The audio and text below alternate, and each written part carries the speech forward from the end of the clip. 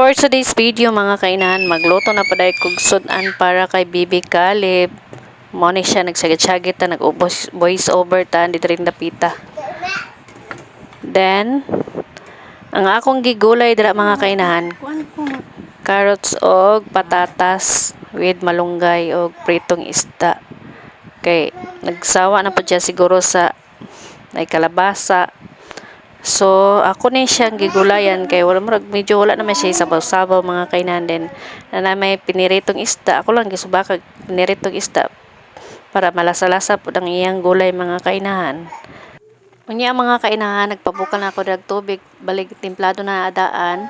Then ako na nang gilunod dira ang mga carrots o patatas kay medyo dugay-dugay po ni siya malata.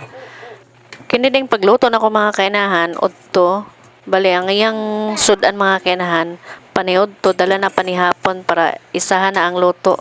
Para pagkahapon isa na lang akong luton mga kainahan. Ang amo na lang sudan.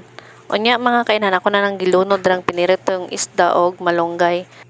Kini din pagluto na ko mga kainahan nahunanaan lang pud nako ni kung lami ba siya sa bawon ang carrots ug patatas kay sagaran ning patatas ug carrots kay sa mga minudo or mga sa mga apritada isagol.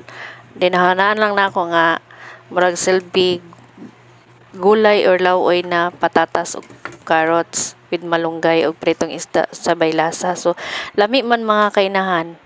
Then naganahan po si Caleb ug kaon aning patatas ug carrots. Mo na siya ang iyang sudan mga kainahan. Thank you for watching mga kainahan. Bye.